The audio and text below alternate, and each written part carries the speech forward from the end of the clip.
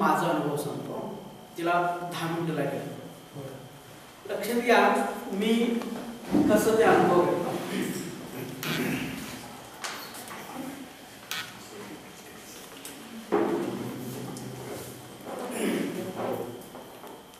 रुबोरो meditation म्हणजे काय? तर रुबोरो मेडिटेशन म्हणजे रुबोरो हे शब्द जे आहे ना सुफी भाषेतील शब्द आहे.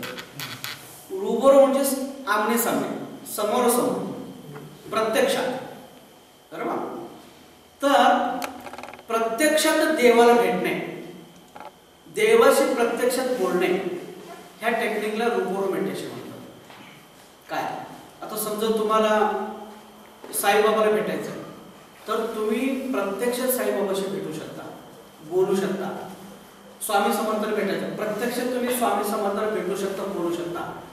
काय तर तुम्हाला ज्या देवदेवतांना भेटायचं आहे तर त्या देवदेवतांना तुम्ही समोरासमोर भेटून बोलू शकता. ह्याला रुबोरो मेडिटेशन म्हणतात आणि याचा मी अनुभव घेतलेला. मला वाटतं मी PhDला ॲडमिशन घेण्यापूर्वी एक 6-7 वर्षापूर्वी एक डॉक्टर सय्यद हुसेन म्हणून एक आले होते. तर ते सुफी संत होते आणि मला असंच एक फोन आला की सर म्हणले असंच एक मेडिटेशन आहे आणि ते मेडिटेशन म्हणजे फार वेगळं आहे आणि येणार असेल तर या. त्यावेळी 40,000 रुपये म्हणजे 6-7 वर्षापूर्वी 40,000 रुपये तेव्हा फी होती. मग कुठं होतं ते लोणावळामध्ये. मला अजून आठवतं ते लोणावळामध्ये लायन्स हिल म्हणून एक हॉटेल आहे. लायन्स हिल हॉटेलमध्ये खाली तळघरामध्ये ते मेडिटेशन. आणि तिथं तुम्हाला सांगतो जवळपास एक 70-80 लोक होते आणि सगळे हायफाय लोक, सगळे एवढे श्रीमंत लोक, एवढे प्रचंड फॉरवर्ड लोकांना हे सगळे होते. सगळे बिझनेसमॅन वगैरे होते आणि वारंवार ते प्रयोग केले होते त्यांचा. आणि तो माणूस दरवर्षी यायचा. आता काय मला माहीत नाही, दरवर्षी येऊन ते मेडिटेशन करायचे. तर 3 दिवसांचं मेडिटेशन असायचं. आणि त्या मेडिटेशनचे विषय काय? स्वर्गात जाणे, मृत व्यक्तीला भेटणे, देवाशी बोलणे, काय असं ते सगळं विषय. आणि ते विषय बघूनच म्हणून हे सगळं काल्पनिक असेल असं लोकांना वाटावं अशा पद्धतीचे सगळे विषय होते. मग ठीक आहे म्हणलं, त्याने सांगितल्यामुळे मी गेलो, कारण त्याने त्याच्या आधी केला होता. म्हणजे ठीक आहे म्हणलं येतो म्हणून गेलो. गेल्यानंतर तो माणूस एवढं मस्त माणूस होता ते सुफी संत. ते प्रेम गेम म्हणतं की नाही की बाबा देव म्हणजे ते प्रेमाने भरलेलं असतं, ते प्रेम सागर आहे, आनंद सागर आहे वगैरे. तर ते माणसाला बघितलं की समजायचं ते अक्षरशः इतकं प्रेमळ होतं ते माणूस. जनावर जरी दिसलं की नाही, आम्ही सगळं असंच डोंगरामध्येच तो जवळपास तो डोंगरच आहे ते, ह्या पद्धतीने एकदम सेपरेट ते हॉटेल आहे.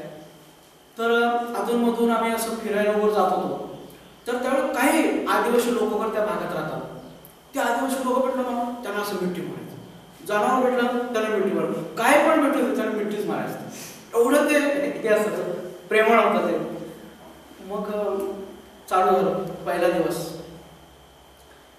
तर पहिल्या दिवशी त्यांचा डायरेक्ट प्रयोग असा होता की स्वर्गामध्ये जायचं. वेगवेगळं होतं, मला ते क्लिअर आठवणार नाही. तर स्वर्गामध्ये जाणे. आता स्वर्गामध्ये जाणे त्यांनी मेडिटेशन घेतलं सगळ्यांचं. मेडिटेशन घेताना त्यांनी काय केलं म्हणतात, ग्रुप केलं, 5-5 लोकांचं ग्रुप केलं. आणि तुम्ही 5 लोक मिळून जायचं, तुम्ही 5 लोक मिळून जायचं, असं ग्रुप केलं. मग मी एका ग्रुपमध्ये होतो. मग सगळं झालं आणि मला काही अनुभव आला नाही, काही अनुभव आला नाही. मी आणि माझ्याबरोबर अजून एक प्राध्यापक अश्विन कुमार, तो गुजरातचा माणूस होता. आम्ही दोघं एका रूममध्ये राहत होतो, जसं तुम्ही इथं राहता, दोघं एका रूममध्ये राहत होतो. तर स्वर्गात जाणे म्हणून झालं आणि तासभर सगळं मेडिटेशन झालं ते, आणि मला काहीच अनुभव आला नाही. आणि मग गेला तो विषय. आणखीन एक काहीतरी मेडिटेशन घेतलं त्याने, दुपारी 1 आणि संध्याकाळी 2च असे असायचे. आणि तिथं पण मला काय अनुभव आला नाही. रात्री मग अश्विन कुमार आणि आम्ही गप्पा मारायचे, काय तरी फालतू लोक बोलतात, जायचं असते काय, असं असतं काय तसं असते, आम्ही ते गप्पा मारायचं काय. मग ते झालं. त्याच्यानंतर पुन्हा दुसऱ्या दिवशी त्यांनी एक वेगळंच काय तर घेतलं. हा, ॲस्ट्रल ट्रॅव्हलचं त्यांनी घेतला. काय ॲस्ट्रल ट्रॅव्हलचं, शरीर सोडून जायचं. मग ते म्हणलं छतामधून जावा, इकडून जावा, तिकडून जावा. त्यावेळी पण नाही, तो दुसऱ्या दिवशी काहीतरी त्यांनी घेतलं. त्यावेळी पण अनुभव आला नाही. मग आम्ही दुसऱ्या दिवशी रात्री आम्ही गप्पा मारलो. म्हटलं आता आपले 40,000 रुपये काही त्यालाही अनुभव नाही, मला म्हटलं आता काय करायचं. मग नंतर तिसऱ्या दिवशी तो ॲस्ट्रल ट्रॅव्हलचा घेतला. बघा, त्यांनी सांगितलं शरीरातनं बाहेर पडा. मग हे जावा, ते जावा, आकाशाकडे जावा, वर जावा, स्वर्गात जावा, हे सगळं. तर पुन्हा त्यांनी स्वर्गात पाठवलं. मग पुन्हा मी इथंच होतो, स्वर्गात काय गेलो नाही. मग आता म्हटलं आता काय खरं नाही, शेवटचं एकच मेडिटेशन राहिलेलं आहे. त्यानंतर तुम्हाला सांगतो, तिथले लोक जे अनुभव सांगायला लागले. स्वर्गात पाठवलं तर लगेच ते अनुभव घ्यायचे, तुझं काय अनुभव. एवढं जबरदस्त ती लोक अनुभव सांगायचे. आणि ते खरोखर होते बरं का, ते अनुभव का खोटे नव्हते, काल्पनिक नव्हते, खरोखर होते. मी पूर्ण बारकाईने ऑब्झर्व करत होतो. तर एका ग्रुपने सांगितलं की आम्ही वर गेलो. म्हणले गेल्यानंतर मग ते सगळे आपण काय म्हणतो ना, काय एंजल्स, गंधर्व, हा, देवदूत नव्हे, अप्सरा. तर त्यांनी सांगितले आम्ही वर गेलो आणि म्हटलं सगळे वाजंत्री घेऊन लोक आले, आम्हाला आमचं स्वागत करायला लागले. मग अप्सरा आले, मग आमचं हे केलं, सत्कार केलं. त्यानंतर खायचे असे फळ दिले, एवढे मोठे फळ होते. आणि लगेच त्या ग्रुपमध्ये हो ते फळ कसलं गोड होतं, ते तुम्ही खाल्लं ना ते, हो कसलं गोड होतं काय, असं तो लगेच म्हणायला लागला. काय इतकं म्हणजे माझ्या ते सगळं चाललं ना, पण एकमेकांना ती पूरकच होतं. ते लगेच हो ते एकाने सांगितलं गणपती भेटले, हो गणपती भेट, पण ते गणपतीच्या गळ्यात ते हे बघितलं, ते वेगळंच विचित्र हार होतं. हो ते काय वेगळंच वाटत होतं त्यांनी. म्हणजे इतकं विचित्र ते सगळं बोलत होते. आणि तो लगेच त्या ग्रुपमधला माणूस सपोर्ट करायला, हो ते वेगळंच करायचं होतं बघा, हे रेग्युलर नव्हतं, असं त्यांनी म्हणायचं. हे बघा, आणि माझ्या शेजारी ग्रुप होता, मग त्यांनी पण तसंच बोलायला लागले.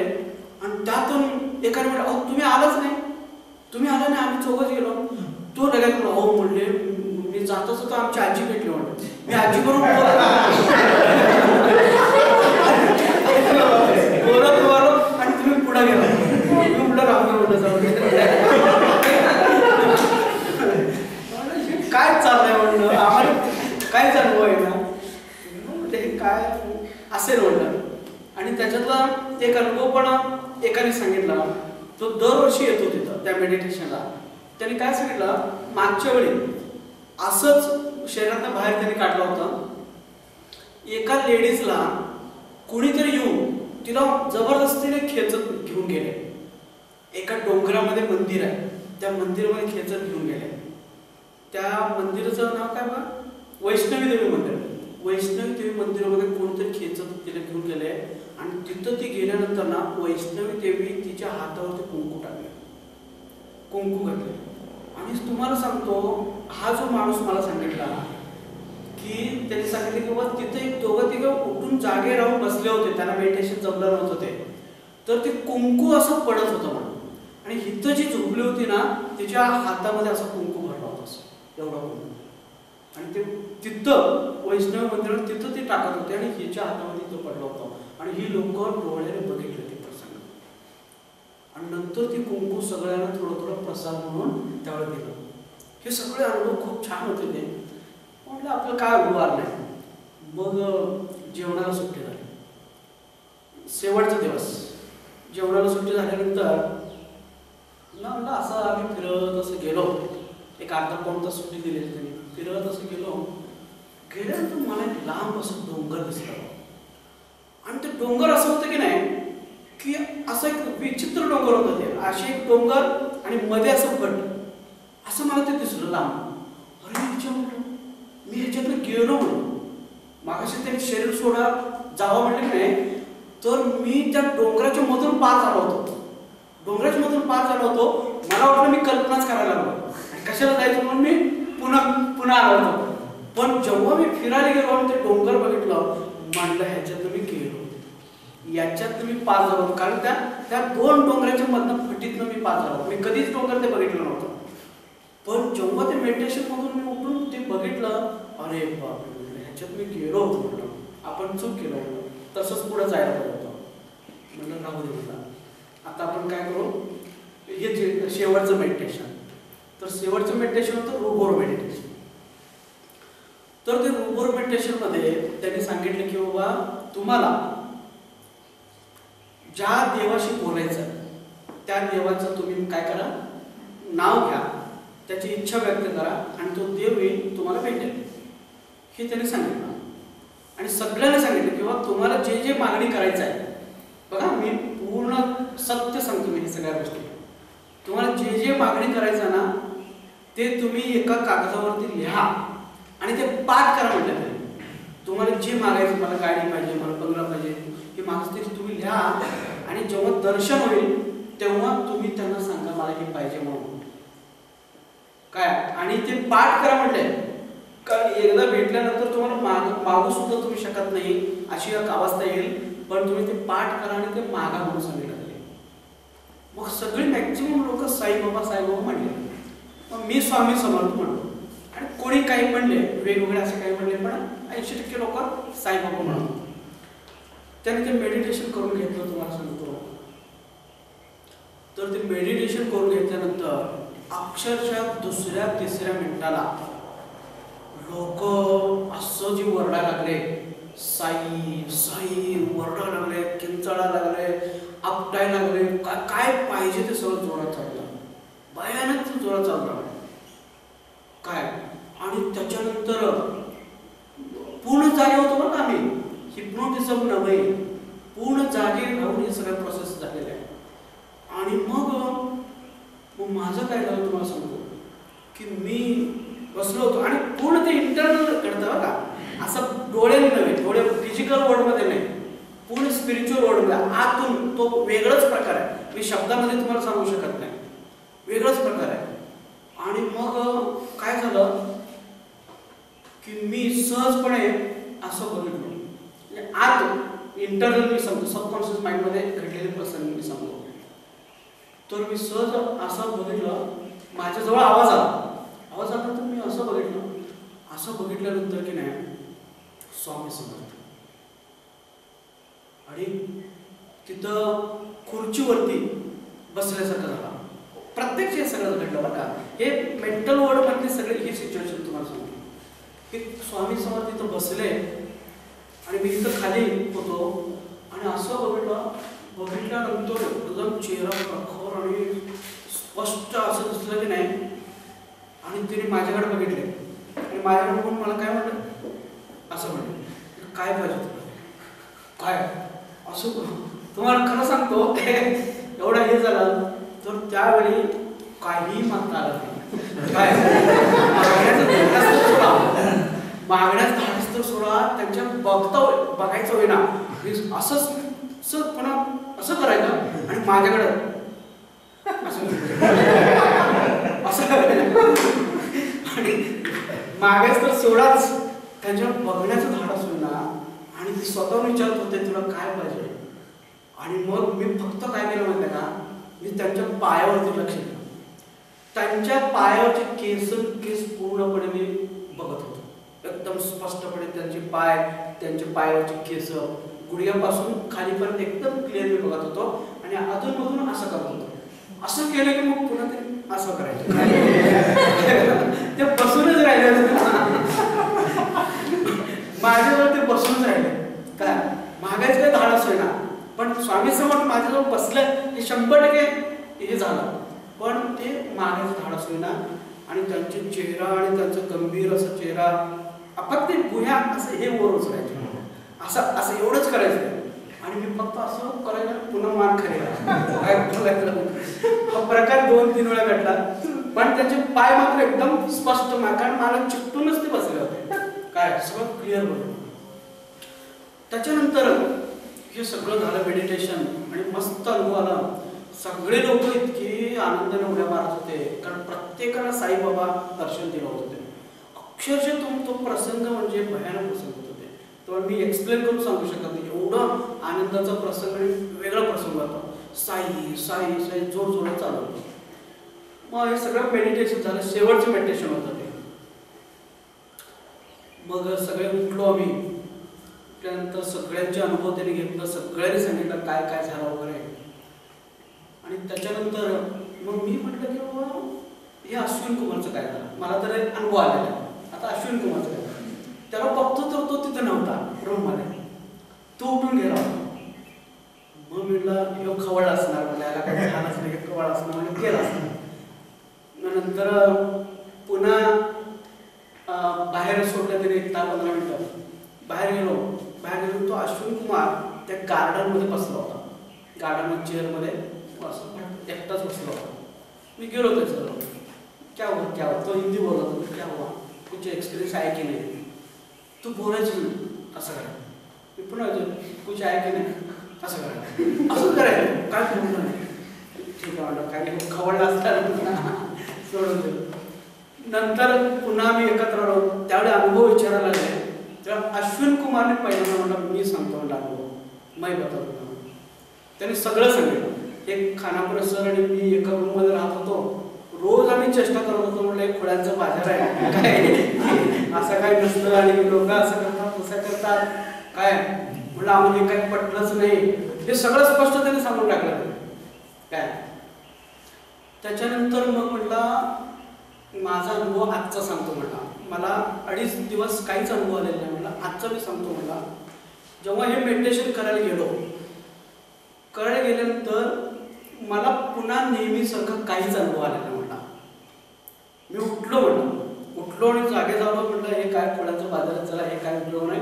म्हणून मी पायरी चढून, तळघरामध्ये चालू होतं सगळं, असं पायऱ्यात चढून असं मी गेलो. म्हटला आणि असं एक पायऱ्या चढून असं टर्न घ्यायला समोर एक मोठा आरसा होता तिथं त्या लॉजमध्ये.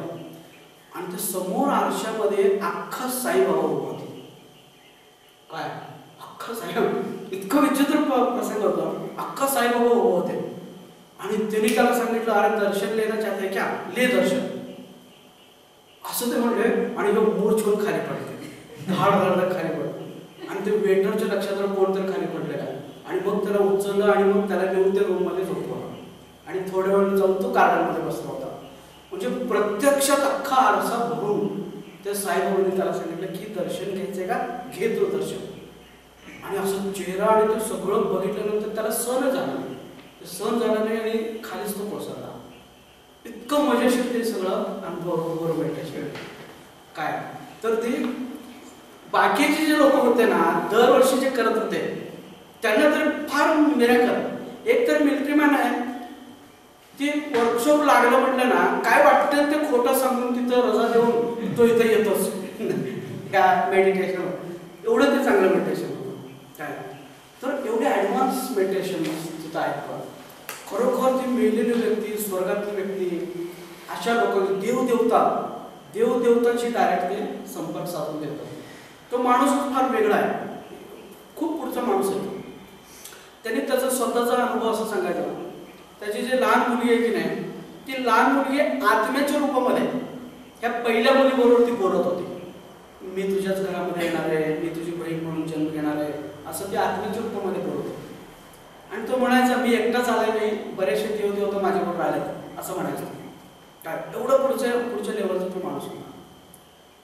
तर हे असे सुद्धा वर्कशॉप होतं दर्शन, त्याला आपण रूमवर मेडिटेशन म्हणतो. तर डायरेक्ट देवाबरोबर बोलणं काय, हे सुफी लोकांचं मेडिटेशन आहे. आणि याला हिप्नोटिझमच्या अवस्थेत जायची पण गरज नाही. फक्त कसं आहे की वेगवेगळे मेडिटेशन करून आपण त्या लेवलला गेलेलं असतो. आणि त्या शेवटी ते मेडिटेशन घेतलं जातं आणि ते अनुभव 100% आहे.